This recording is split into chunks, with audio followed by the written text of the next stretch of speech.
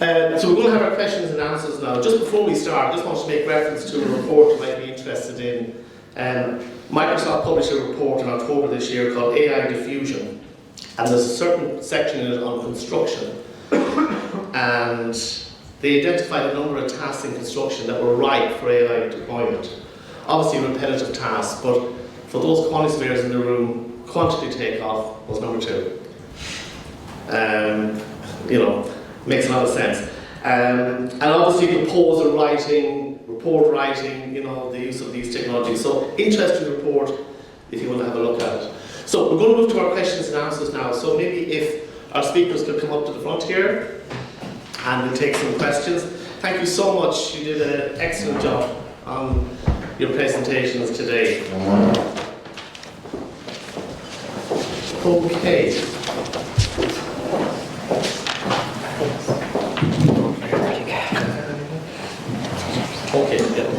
Okay, so do we have any questions? Can I start? Yes, absolutely, Stephanie, thank you. Connor, I was wondering, have you been able to see measurable improvements? So if creativity in the architects was one of the main objectives, can you measure that? The best way we found of measuring creativity is, of course, so you can see the usage of the tools, because we have a shared account in how the tokens are charged, and we've actually seen it ramped up to the point where we were well below what we expected to, or well above what we expected to use for the year. So the fact that we have a shared account instead of having our own individual account, you can identify the trend, and as it grows exponentially. It's the same with our LLM provider. It's through tokens, so they give us insights in regards to its usage to be able to. Are we getting some feedback on the mic there? Okay. So that's the best way. And you can also see then when we go to do our in-house demonstrations of particular tools, when we started off, it might be 10 or 20 people. And now, yesterday when we were doing our image diffusion workshop, you have 120, 130 people show up to them. Because they see the benefit. They see their colleagues using it, and then they want to learn more, and maybe to find out that it's actually gotten quite easy. So it starts off with the image diffusion. It started off maybe mid-journey, it was okay, but it was quite expensive. Then you have Comfy UI being used, and now you have Create, and you can show a colleague how to use it in 5 minutes, and then they're generating great concepts with it. So I think it's quite measurable in that way. Yeah. Okay. Stephanie, can I ask a question? Sure. What is the single greatest mindset shift that leaders must take on in 2026? You mentioned a number of them. That you can't delegate AI like it's an IT project.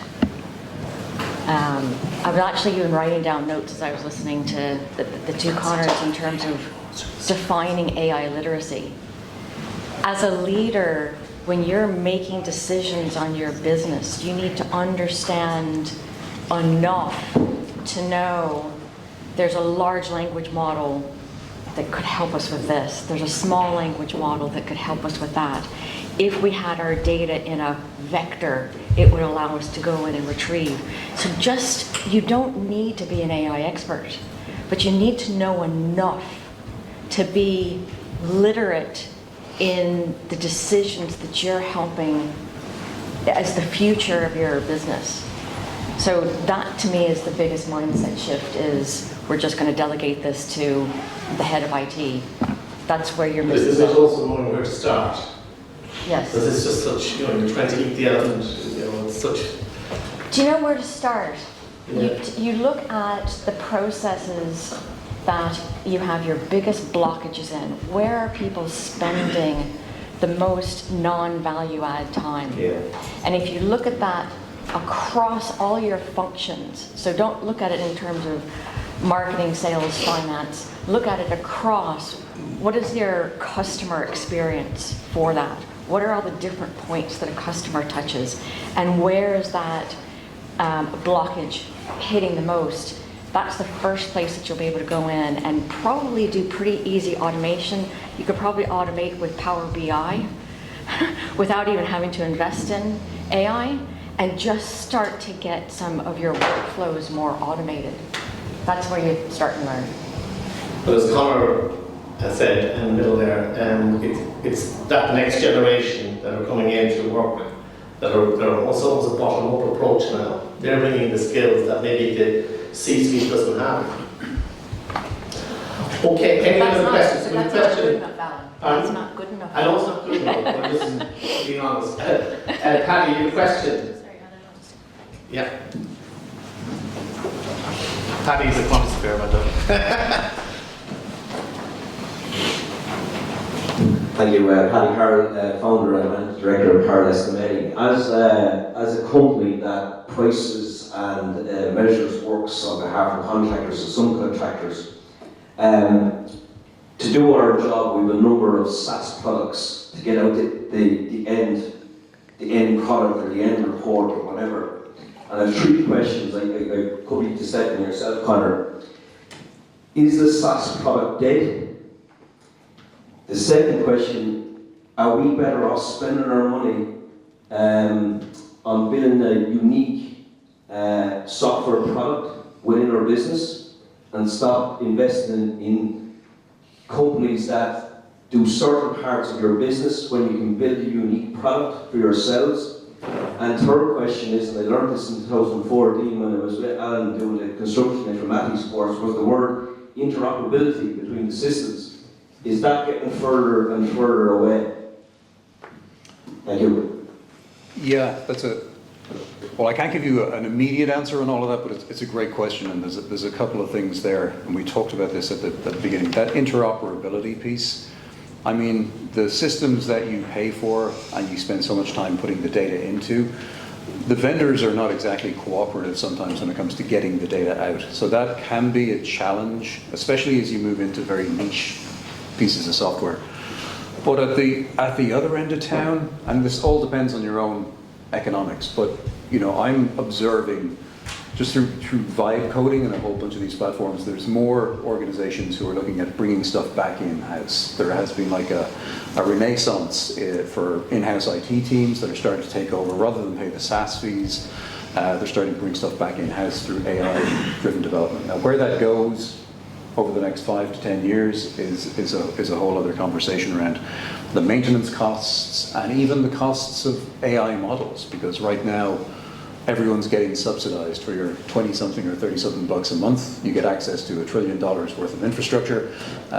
So maybe the economics will change as you start to bring some of that in-house. But it's a great question, and you're touching on a lot of different kind of moving pieces. And I wouldn't hazard to guess an answer for your own situation unless I knew more about the specifics of how niche that it was. You're asking the question all the AI developers out there want the answer to. Some of them are betting on continuing to provide SAS, to provide SaaS, and some of them are betting on more bespoke products. So there's a lot of AI solution providers that are providing both. I'll just finish that then. So with the multiple SaaS products that we're all using in this room, and as a small business, we pay thousands and thousands a month. And we are at a stage that, you've got to try this. You've either got to introduce a bot within your business to see what it's like, maybe invest into that. Because it's a numbers game at the end of the day. Are you making money? You're not making money. We have to be profitability. If we're not profitable, it's a waste of time. So am I better off giving Google €1,500 a month for Gemini, whatever it is, or redirecting that €1,500 and giving you guys to build me an AI bot within the company? Is that really issues of the leadership? That has to come from leadership? Well, I think Conor made a great point that when you do these experiments in-house, it's a learning opportunity. Now in a much more advanced position to negotiate with suppliers when you're saying, we want these features. Absolutely. So yeah. Definitely, because even though I want to build my own tools, of course, it's still great to be able to go out and purchase these SaaS products, and maybe they might be more inclined to give you better rates or work with you because they have that knowledge now that if you want to, you can develop it yourself. You had to, which is great to have that position where you're no longer reliant upon them. So you can do it both ways, and at the same time you're able to work with them. Yeah, that'd be mainly what I think about it. But the learning opportunity is invaluable. To have that knowledge in-house, to be able to say, okay, a lot of it is applicable. So when you're using AI for a particular task, because the models, they're all quite similar. At the end of the day, it's just maths. They're all quite similar. So you're knowing that, how they work, so that when you're dealing with someone and they're giving you an excuse for why something isn't working, you can turn to them and go, I know why it's not working. And then you're able to gauge how better of quality of the service we're providing you, you know? All right, thanks very much. Thank you. Good. We have one. Do we have another question? Yeah. Dan O'Brien here from GS1. We're the Global Standards Organisation for barcodes. What you touched on there is very important for the professional organisations to actually build standards and methodologies and get to this interoperability that you mentioned, because that's going to be the killer. If we all go back into designing software for our own businesses, then by default you're killing interoperability when you're sharing that information. Because at the end of the day, I'm driving within GS1, which is a global organisation, the use of digital building logbooks. But ultimately, that's where all the information needs to reside during the operation aspects of the building. But if you've got the architects following one standard, you've got the structural engineers following another standard, you've got the mechanical and electrical engineers following another standard because they've developed in-house solutions like you've articulated, then when you bring it all together, you have a major problem because they can't talk to each other. And that's where I see the likes of the SS, or ICS, the Selected Churches of Ireland, RAI, or IBA, actually taking on board this and actually looking at, yes, you can go away from SAS solutions, you can build in-house solutions, but for God's sake, follow a standard that allows you to be interoperable, usable. Because the work that you do in your architectural firm, Henry J. Lyons, is absolutely fantastic. What I saw here this morning, because I'm a QS as well, who will retire. But the position is that, go back to your position with estimating, if you've got to deal with different architectural firms being in different formats, it's a nightmare then for the contractor, because you're the guys that have to try and interpret that, turn it into a bill of materials, a bill of quantities. And then talking about carbon, the LCA engineer or specialist has to break the BIM objects down into the bill of materials, the bill of carbon, and then work out the carbon footprint for that building, which is a requirement from 2027 from the EU, and by 2030 it will set caps that everybody has to work to. So to summarise, the SAS and in-house needs to work, but we need to have a common language. Yeah. And that's what's critical for the industry at large, because at the end of the day, it has to deal with the digital building law. Yeah. I definitely think that our deliverables are not going to change as an architectural firm. But what the AI tool helps us to do is to assure that the quality is to a highest standard. That our in-house tools are used in-house. They're not a new method that we're outputting work. It's to assure that it is to the higher standard and it can be delivered as quickly as possible, and it's to eliminate human error. That's where I saw with the QA was, now that I have this tool, it's completely separate from BIM. It's not a BIM tie-in. There is various BIM tools that can probably do the same. You can probably program it into BIM, but it's to have that ability that it's completely isolated and to say, look, I think that's wrong, and then it isn't to change it for you. So it's to alert to you that that part is missing, so that when you go and fix that on your drawing, you're still delivering drawings, but they're to the standard. And you can, when you're developing these models, you can feed the standards that you want to stick to as profiles and say to it, that's the standard that you have to hit. And if I'm not hitting it, let me know. So then you're eliminating the human error, so then the standards become better. Well, in that case, I think you need to go and talk to the planning authorities in this country, just to get all the 31 different local authorities that in some cases have totally different opinions. And when you presented a design for Cork, the same design is presented in Galway, it's accepted in Cork but not accepted in Galway, because we need consistency. But again, going back to what I said earlier, they all need to be speaking the same language. Yeah. They need to put everything into digitise, look for inconsistencies between building regulations, building standards, local development plans, the technical aspects of local development plans, and fire permitting. Then you can digitise it, and then your tool then becomes the de facto solution for, as you said, you run it through your tool, it shows where there's inconsistencies Yep.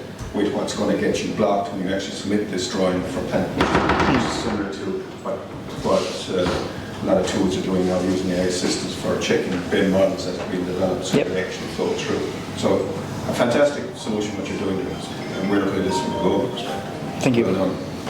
Could I give a contra point on that? So look, I'm familiar with GS1, 9 years in e-commerce, looking at barcodes and so on. And you're right, of course, and especially in an Very industry. seldom on. You're the gold standard.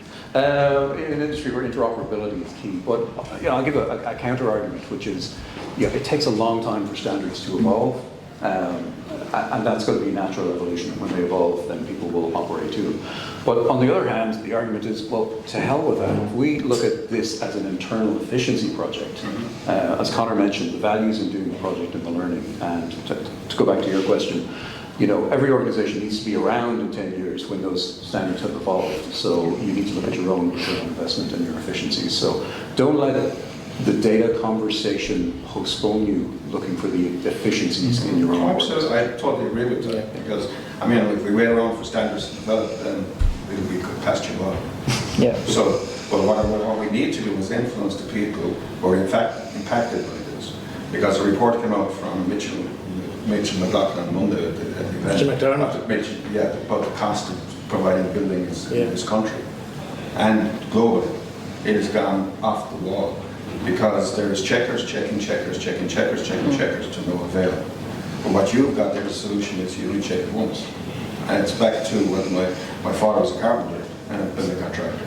Measure it twice, cut once. And that's what we have to do. You don't have to check necessarily once at a certain solution like that. You can check it hundreds of times. And it's great then because you're using a tool that instead of it being a box ticking exercise for the QA, you're using it in a reactive way. You're using it as you go. So okay, maybe you get to a stage where it's so intuitive that it's built into a BIM system where it becomes, like the red squiggly line in your Word document. It's almost like the autocorrect for architects. It's saying that bit's going to fall. Or you're trying to produce a building that's too close to the boundary line, it catches it early. That's my point. Yeah. That's Plannerly or XBIM or the Finnish company, I can't think of their names now, that does that type of work. That's what's critical. This back and forth process we find architects caught up and estimators caught up in, come back and forth to get permission is costing money, it's taking time, and it's disheartening to your point that you raised earlier. Architects want to design once, get the building built and see what they've designed, not go back and forth with planning authorities, and there's 31 in this country. Okay, thank you, Dan. Any other questions from the audience? John, you might have to shout. Have you just got one mic, or have you? Yeah. Excuse me if I have to go, I have somebody checking me tea for me.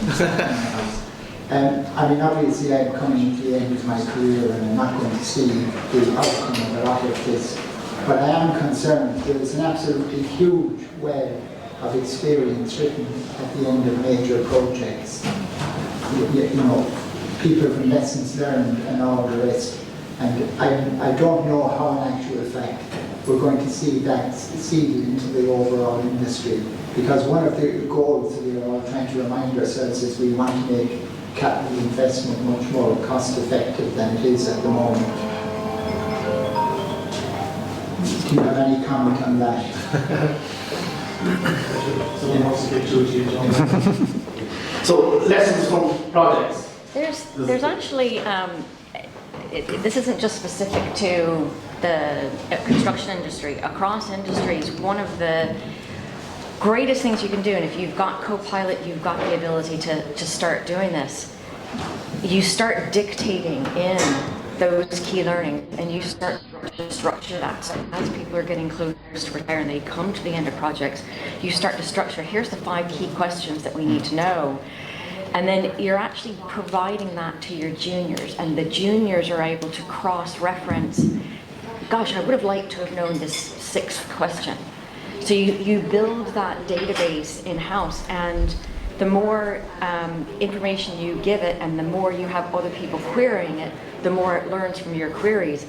That's fairly straightforward. That doesn't take a huge amount of programming to be able to do. And organizations are getting huge insights from being able to, you've got to work within GDPR, you've got to be, you know, there's cautions around it, but it's actually fantastic. And don't wait for people to retire. Test it. Yeah. Test it when they go on vacation. That's the first test. Okay. Retiring by the time you're 35, it's a... So talking about retirement, I'll bring the event to a close and to thank you, Stephanie, Conor for 3 excellent presentations. I have the richness of those messages online now, so I'm sure there'll be other people commenting on that. So just very, very quickly, I just thought I'd take a few minutes to talk to you about 2025. It's been a great year for us with the SkillNet MMC Accelerator project, bringing us to every corner of the country. Pretty high profile project. Sterling performance by CitA SkillNet and Daria there in the back of the room. You know, we supported over 100 companies, 5,000 training days, 85% were SMEs, 20% female, 25 students were supported doing studies in colleges. Over 120,000 was invested through the project to help people upskill. And you can see the courses that are on offer, and it does include AI. So obviously, I would encourage you all to upskill in artificial intelligence. Big thank you also to the gathering. We had a super event on the 6th of November, great fun, great turnout, great supporters, funders, or sponsors. So we'd like to thank everyone for that support. Just to mention, our programme for 26 is currently organically developing. We've been consulting with the members over the last couple of weeks, and the recurring message from the members is that the information they're getting is incomplete, possibly not as good quality that they haven't had in the past. So we picked this term platform. Why platform? The platform series is crisp, it's modern, it's moving from project focus to product focus, productization, standard design, kit of parts, all of that. Each letter of the term donates an event, whether it's productization, lean, AI, technology, MNC. So we're kind of working on that now, and we hope to have that released within the next week to 10 days. So we have another meeting, hopefully consultation with certain individuals over the next week, and then we'll announce the programme next year. We may well come back here. I know that footfall was impacted by the Lewis today and other factors, but listen, thank you so much for taking the time, thank you so much for your presentations, and we look forward to meeting you all in 26, just to wish you all a very happy Christmas and a prosperous 2026. Thank you.